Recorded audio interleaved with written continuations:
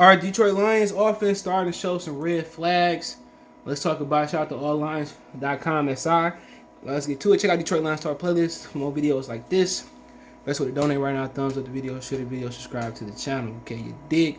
All right. It says the Detroit Lions offense understandably will take some time to gel. There are simply too many parts all trying to fit together in relatively a short period of time. It is yet to be determined what the final verdict will be regarding the 2021 offense. But through the first 7 days of training camp, I think this might be the second padded practice maybe, the Lions offense has struggled to consistently execute in the passing game, especially with the deep pass. All right, even though Jared Goff prefers to play it safe, backup quarterback Tim Boyle told reporters on Wednesday, the offense, despite the struggles, still will continue to test the secondary to keep the defense honest. All right, so Tim Boyle telling them off. All right, he said, "quote I think that's just scripting.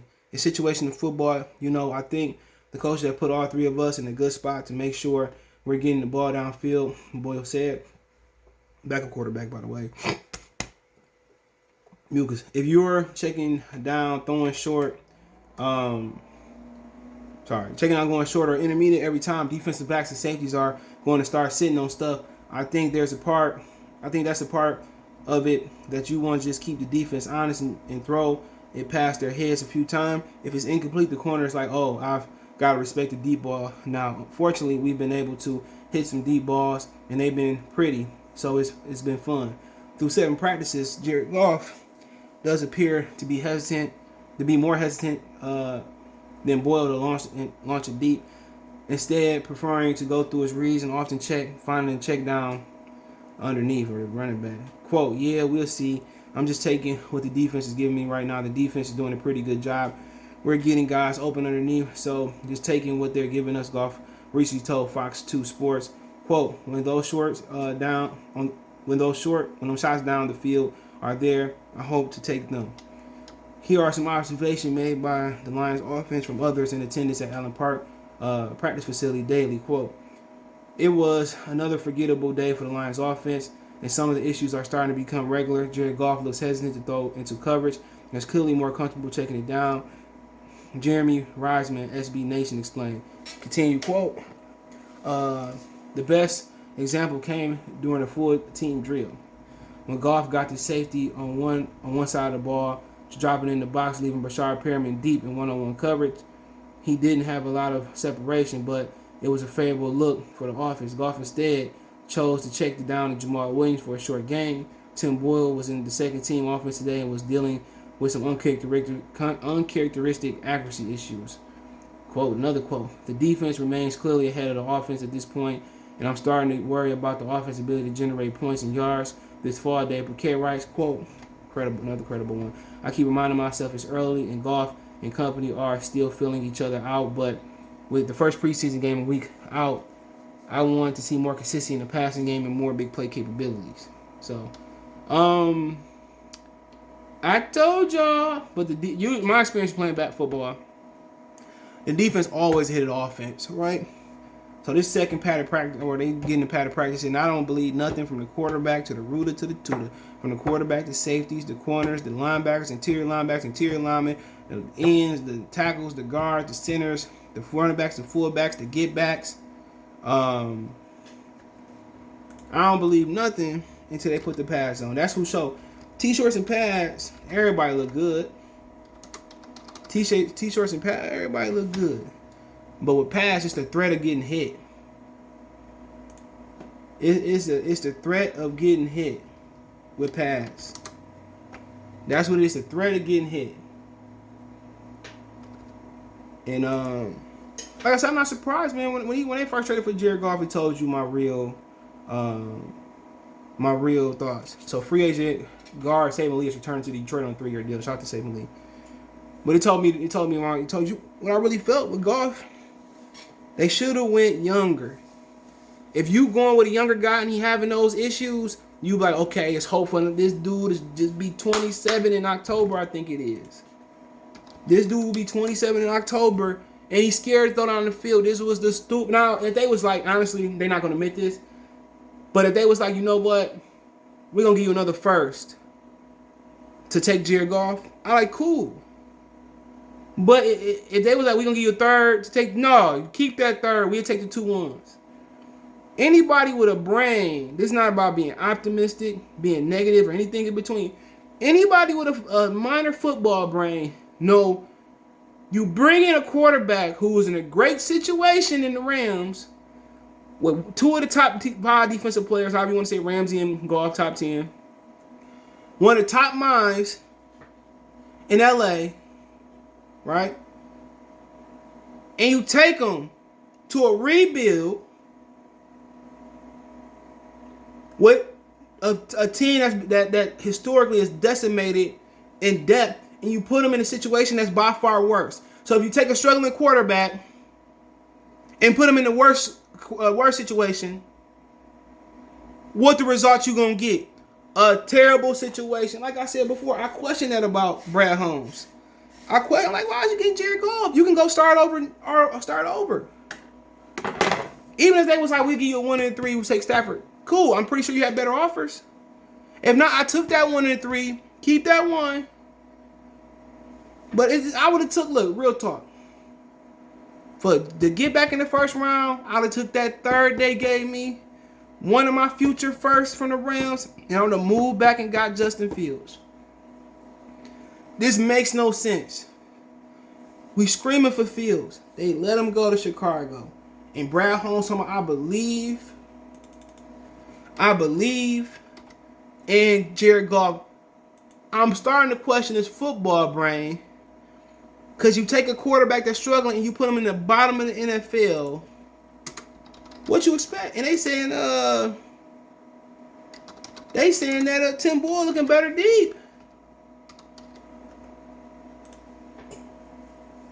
It's just some of the things that people come to Detroit and they're incompetent.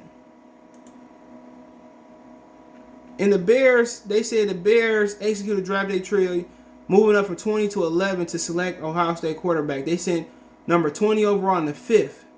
So you could have gave a first and a 4th or a 5th in the future or this year, and you could have ended up, you could have said first and third, you could have ended up with Justin Fields, who's looking amazing in camp.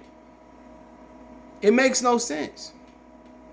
He can get all these situations. Penei Sewell could be the best tackle in the game. But if you don't get the best cornerback, if you don't have a good quarterback, it's trouble. Anybody could have seen this coming. Even the optimistic fans in here that's being very optimistic, anybody could have seen this coming. If you didn't see this coming, it's the days is long. We knew it was going to be some drop-off from Stafford. But this drop-off, this team may go 0-16. This team may go 0-16. This team may have the number 1 overall pick next year. Who knows? This is super wild. And we knew there was going to be a drop-off. So, I mean, now you can't go down the field. So now you can't drive the ball down the field. So they better be able to run. And then, when I see Jared Goff make some big plays, I seen Jared Goff going down the field a lot of times in LA. I seen Jared Goff going down the field in LA. So my thing is, what happened? Every time I would see dun or you say game break, I would see Jared Goff going down the field. What happened? I thought that was his strength from looking on the outside in.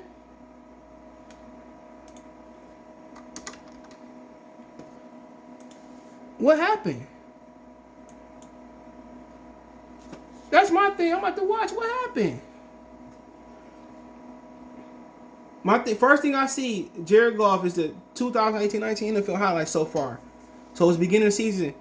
Every time you see Jared Goff, the first 2 throws is downfield. That's my thing. Next throw, versus the Raiders again. That was the intermediate pass. But I'm going to keep going. I should do it live.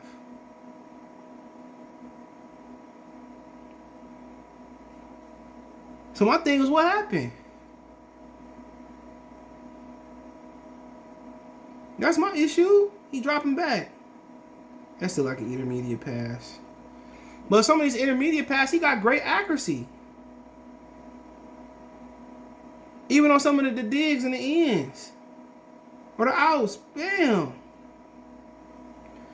Back foot drop. Bam. In 2018, 19, his accuracy was amazing. I don't know which year this is. 18. We went to the playoffs. The way that ball coming out, great accuracy. What happened? Step back. 3-step. Bam. A little bit accurate, but he caught it. Down the field again versus the Rams. It wasn't the best though, but Cooks came back for it. Jared Goff then on the end, like, what happened with him going down the field? Another ball down the field. Like a little wheel, whatever it was. Great ball placement, great catch. So you gotta ask yourself, what happened? Another one versus the Clippers, the Chargers. And you know who I blame? You bring in a subpar quarterback who coming off a bad year.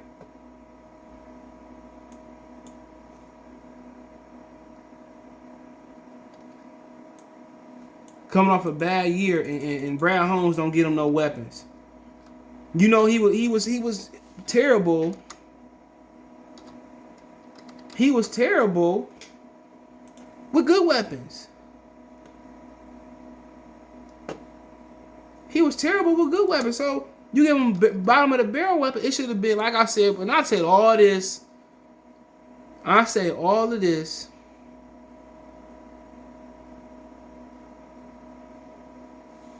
I said all this leading up. I said all this leading up to the Goff trade and everything else. Brown Holmes should have made it a priority. He should have made it a priority to put talent around Jared Goff. You take a quarterback from one of the better teams of mine. You have to get him some top-notch weapons. It was keeping Kenny Galladay or whatever it was, or bringing in Julio, whoever it was. That's his fault. That's his fault. He just made a bad. He should have drafted a quarterback, even if it was trading for Jalen Hurts or bringing in somebody that went in the second round this year. Bringing in Kellen Mond. It was a mistake to bring Jared Goff in and not upgrade the weapons behind him. But it is what it is. Maybe I'll go live in the morning someday. Don't forget you can find us on Twitter, Facebook, Instagram. You can reach out if you have a business question, inquiry, response, your video request. My social media subscription. Twitter's the fastest way than Facebook than Instagram. Reach out anytime. Advertise your channel, video request, chop it up. Links there. Want to make a financial donation? Cash App, CJ Good 313. That's in the description. PayPal link there as well too. Best way to donate.